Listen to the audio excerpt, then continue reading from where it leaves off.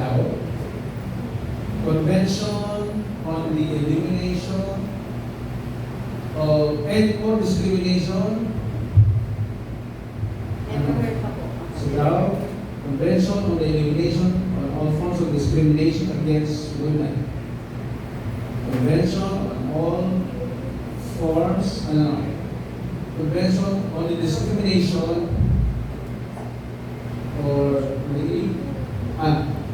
elimination and discrimination against women. Ayun. Okay? Alam mo kung saan nabuo yan sila? Alam mo saan? Saan? United Nations. Nagsama-sama yung iba't ibang bansa para magkasundo, magpirmahan na lahat ng bansang andoon ay gagawa ng mga batas para sa proteksyon ng mga kababaihan. Okay? Yung convention, event, pero yung pinirmahan nila ay tinatawag na Magna Carta for Women. Magna Carta for Women. Okay? Siyempre, asahan ninyo ang laman noon ay para sa proteksyon na mga kababaihan. All forms. Pati yung pag-discriminate sa trabaho, sexual harassment, kasama doon yung commitment na binigay ng Pilipinas, nagagawa ang Pilipinas ng batas para proteksyonan against mga kababaihan, mga pablisyon, siyempre yung housing. Siyempre sa gender equality kasama. Kasama yun. Yan. Pero hindi nga lang na tatapos pa, nagiging batas, yung SOGBA. Para sa ibang ano, di ba? Yung gender equality ay isang promotion na ginawang batas, naging batas na, para maging pantay-pantay lahat. Babae at lalaki. Bakit? Anong reason? Because we live in a patriarchal world. Ano yung living in a patriarchal world? Na paniniwala na ang lagi masusunod ay lalaki. Kaya ang laman ng Congress noong ay puro lalaki, majority. Pero nung mga babae nang bumoto para maging lawmaker, nakita nila yung need. Nagkaroon na sila ng boses sa Kongreso. Okay? Now, ano yung problema naman sa housing law? Hindi lahat daw nagiging successful. Sabi ng aklat na ito. Pero, the Anti-Violence Against Women and Their Children Act of 2004. Kahit pag inakit sa korte, yung mga judges, lalo ng lalaki ang may hawak, nagkadalawang isip. Kasi, merong unconstitutional side daw ang housing law. Daw. Sabi mo. Bakit? Kasi, nandun yung patriarchal mentality. Kasi baka naman kaya na-abuse yung babae, baka naman yung babae din, ina-abuse din yung husband. Dahil sa patriarchal society tayo, wala namang husband ang pupunta ng barangay para i-reklamo ang asawang babae. Meron ba? Meron din? Ilan? Ilang halak po. Pero meron. Mabibilang. Kasi hinahawakan po ako. Mabibilang sa kamay. Diba? Pero laging nagre-reklamo ay kababaihan. Ngayon ay 18-day campaign against housing, diba? Stop violence against women, diba? Ngayon yun. 18-day campaign, i-start na. Oo. Nasaan pa na tayo, diba? Child Children's Month. Oo. Nasa Children's Month pa. Nakapost na eh sa Philippine Commission on Women. Iba po nag-ano sa amin. Magkakampaign na naman sila. Pero walang kumpanya para sa mga kababaihan, ito naman silang problema eh. Walang campaign para sa mga kababaihan para i-respeto naman ang husband. Parang tutol naman ako. Sir, parang tutol naman ako dyan. Sige, explain. Eh kasi po diba may equality tayo. So walang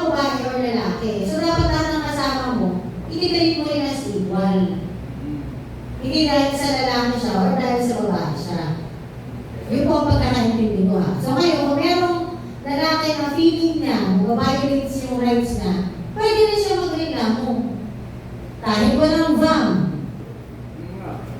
Diba po, hindi naman sinabi ko may bawsi, yung mga lalaki, huwag na mag-complain.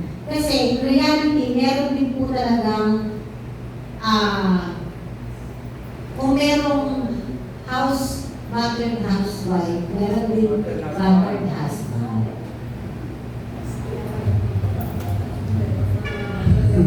Wala pang violence against men. Tama ka doon, di ba? Wala lang pong ginawang batas, pero meron silang karapatan para mag-complain. Pero anong batas sa society niya? Physical abuse or physical injury. Kasi kami mga lalaki, hindi naman kami nalalaki. Pinag-react. O, sa gusto mo kayo? Diba, sir? Wala akong kanila sa lalaki para mag-agree. Pinag-react. Okay. Pagkasal, malinaw sa family code, mutual love and respect. Okay, sa family code yun. Mutual love and respect. Pero pag hindi kasal, anong basis? Ano po yan, sir? Hindi kasal pero may relasyon. Hindi lang kasal na wala po kasi relasyon. Nagalasyon. Magkaibigan na kasal, wala mangyayari. Oo nga. Pag hindi kasal, wala mangyayari. Wala po mangyayaring pananakit? Pag hindi kasal, May pananakit, pero hindi naman ganun ka... May tao. Parang wala po. Ang lalaki ko kasi, hindi nila papa. Pero maliligis sa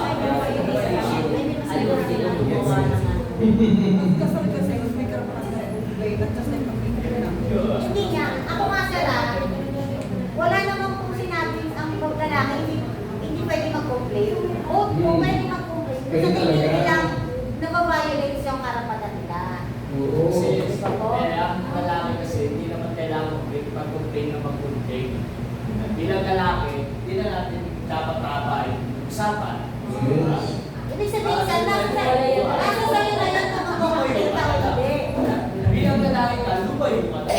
Para hindi mo na mapasaktan yung asawa mo, lumayo ka. Yun ang point, di ba? Oo. Yung pananahimik ng lalaki ay mamibigay protection din sa babae. Saka choice po nila yun, sir. Choice nila yun. Kung gusto nila manahimik, choice nila yun. Depende po kasi sa konteksto ng reklamo. Ang reklamo example, hindi siya nire-respeto. Diba? Yung lalakihin pa ng lalaki.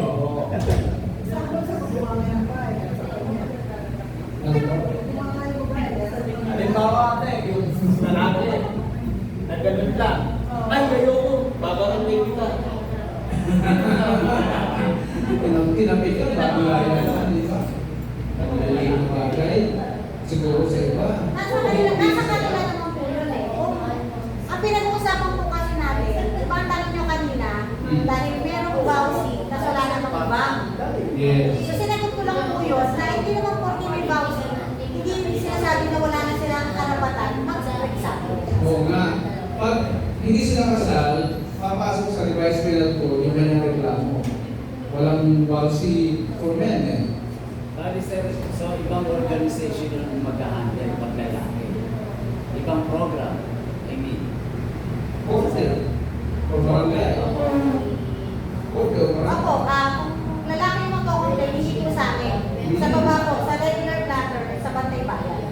Kasi kinoconsider pa rin yun na magre-reklamo dahil nasaktan siya.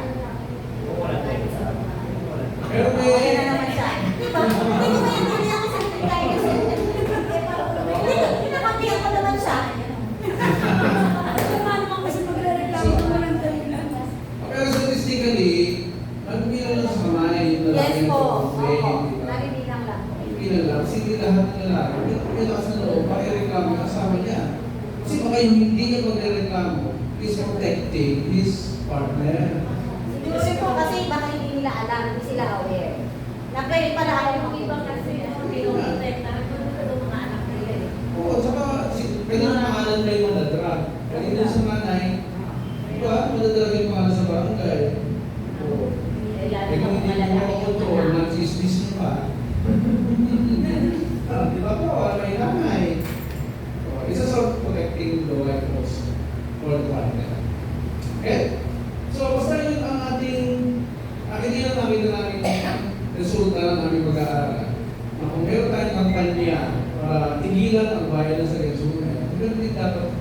niya na mag-respeto din sa mga lalaki.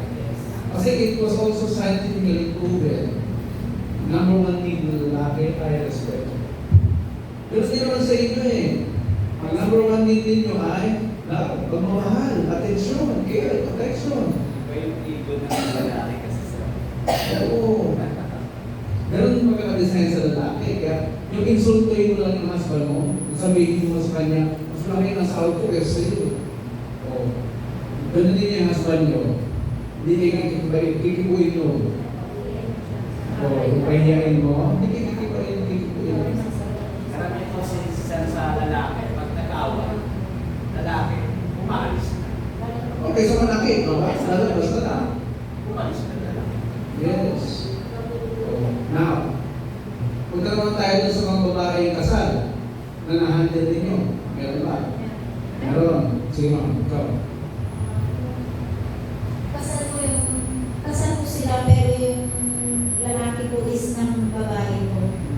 Tapos, binubuka po niya yung kanyang Sa- Ano ba yung babae sa inyo? Opo. Punta. Opo. So, ano naging takbo ng kaso?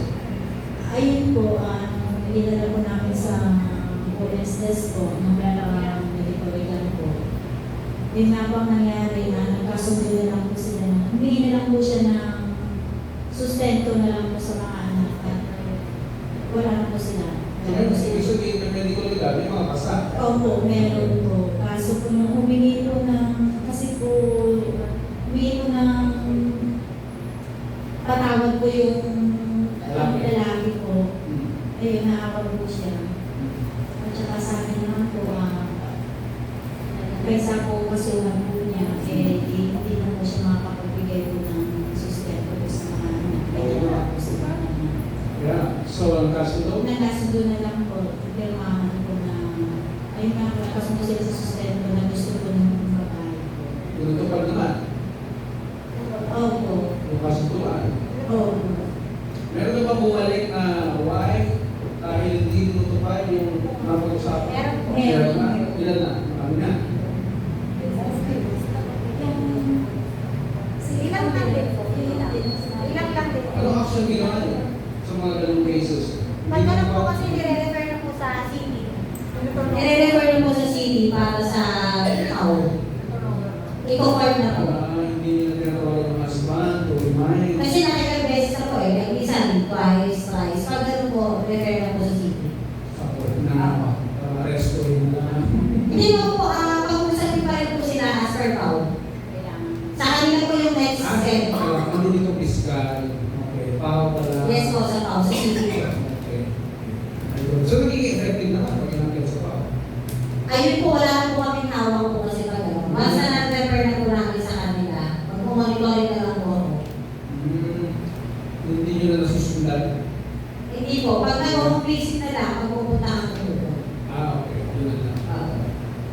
Okay. So, what else? Bukod sa abuse.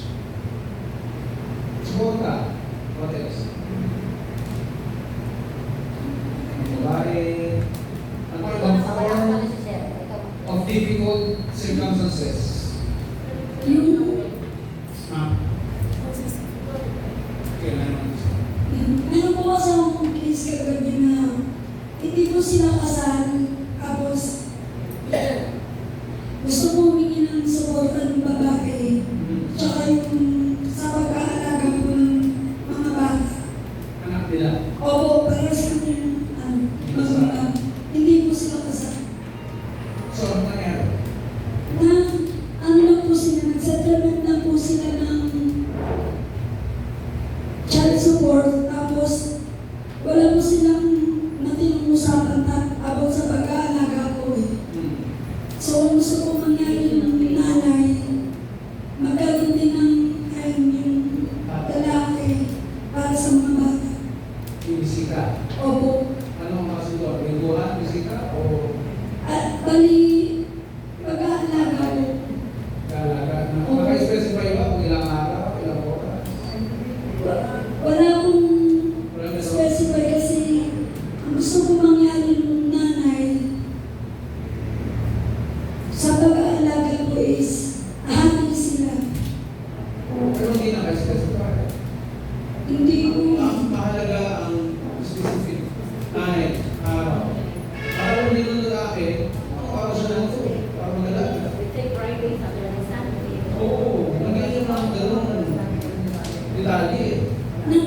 siya ng every Sunday, pero sabi niya po kasi, yung Sunday niya is, minsan pinapasok mo pa rin ng trabaho, ganun. Yun naman. Kailangan mo specific para bakit ay kumiti sa sarili niya. Di ba? Tama mo ba? Kasi kung vague yung kasunduan, magiging excuse niya yun. Wala namang tagal sa pagpupusto na. Kung kailang gusto lang. Di ba? Wala rin nangyari sa setup na. Pero naglagay po ng, pinirmahan po nila parehas na every Sunday, sa kanya yung bata. Nasundan mo ba? Yes po. Yes. Ay, kagabi ko lang po kasi siya case. Gabi lang? Opo. May assignment ka ngayon. Ako. Ayun. Ayun nga po, sabi po ng complainant ko, pabalik daw po siya kapag hindi daw po nagkasundo dun sa pinirmahan nila parehas. May assignment ka ma'am, ha? Opo. Okay, pamilya ito na. Once a week, kulang yun para sa isang bata. Atensyon. Kulang yun. Friday night. Para sa inyo ma'am, ilang araw dapat nandun yung tatay sa tabi ng bata? Sa inyong assessment, ilang Sophie? Pwede na. Diba po nasa family code Na. yung gabukis? Pero ito hindi kasal, di ba? Alam niyo kung anong law ang pwede niyong i-insist pag hindi kasal? Responsible parenthood. Tama? Responsible parenthood. Ano sa batas na yun? Kasal o hindi? Nandun. Kailangan mo maging responsable, pero magulang. Okay? Importante yung kaalaman sa batas eh. Ha? Ano lang isubisyo kaharap nyo? Okay, thank you. Ma'am, meron pa? Kasal naman na situation? Kasal na situation? Ako. So, alam namin na dahil may knowledge kami about principles, yung mga fundamental laws, alam namin kung ano yung possible causes ng problema ng kababaihan. Number one na doon yun, baka lagi sinasaktan, or nagugutom, or hindi bibigyan ng atensyon, or hindi napapakain ng tama. Kasama yun, di ba?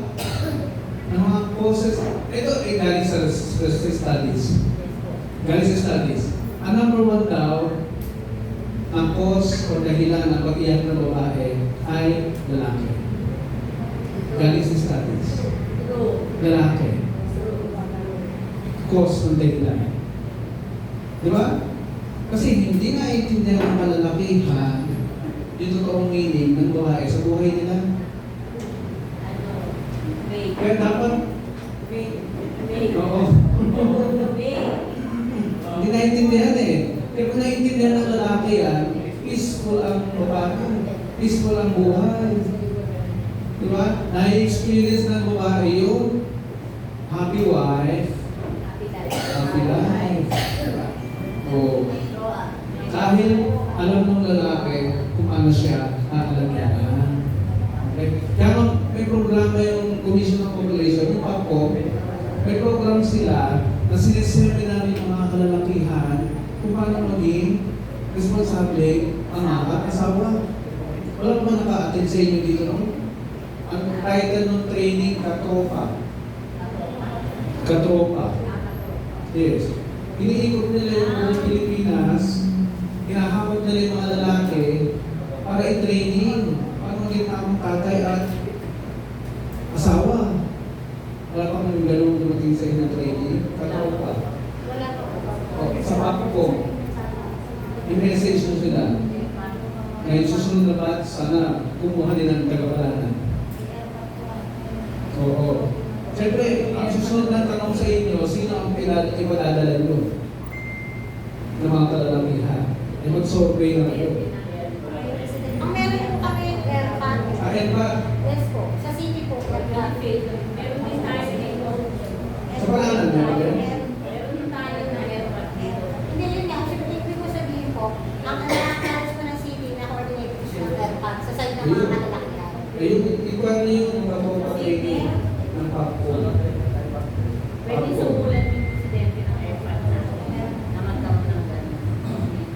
Oo, hakutin. Sino yung number one na kailangan yung hakutin? Na mga malalakihan? Sino? Tatay. Oo. Hindi na ako dito yung ano, leader ng aircon.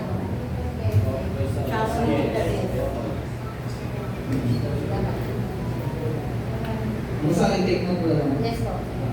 Yan. Oh, isa pang problema na hindi masyado napapag-usapan. Sex.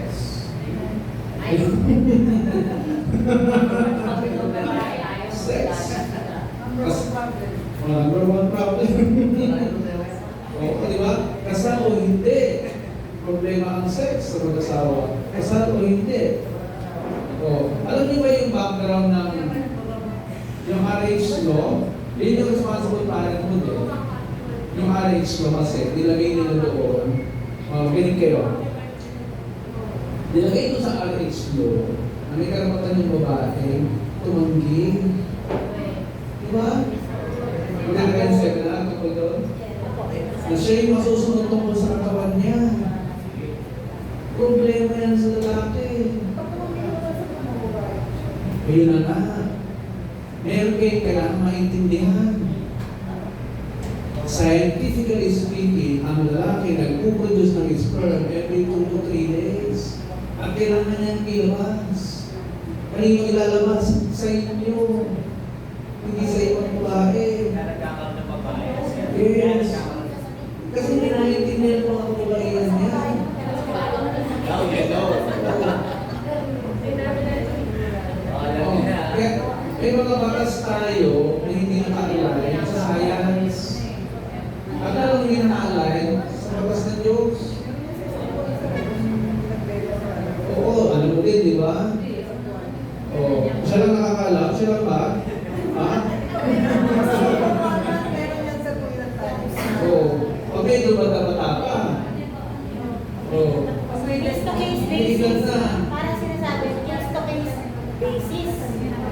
Kung case-to-case basis ka yan. Depends upon the situation. May hugot? May hugot? Siyempre po. Sige. Sa ito yung sabi ng science. Kasi hindi naman invento ng lalaki yan eh. Nature yan. Di ba? Nag-produce siya ng sperm eh. Oo. Sa inyo ba naman yun? Di ba? Basta babae sila. Eh, bakit kung babae naman yung palaging naku ay? Sabihan na ng lalaki. Sabihan na ng lalaki.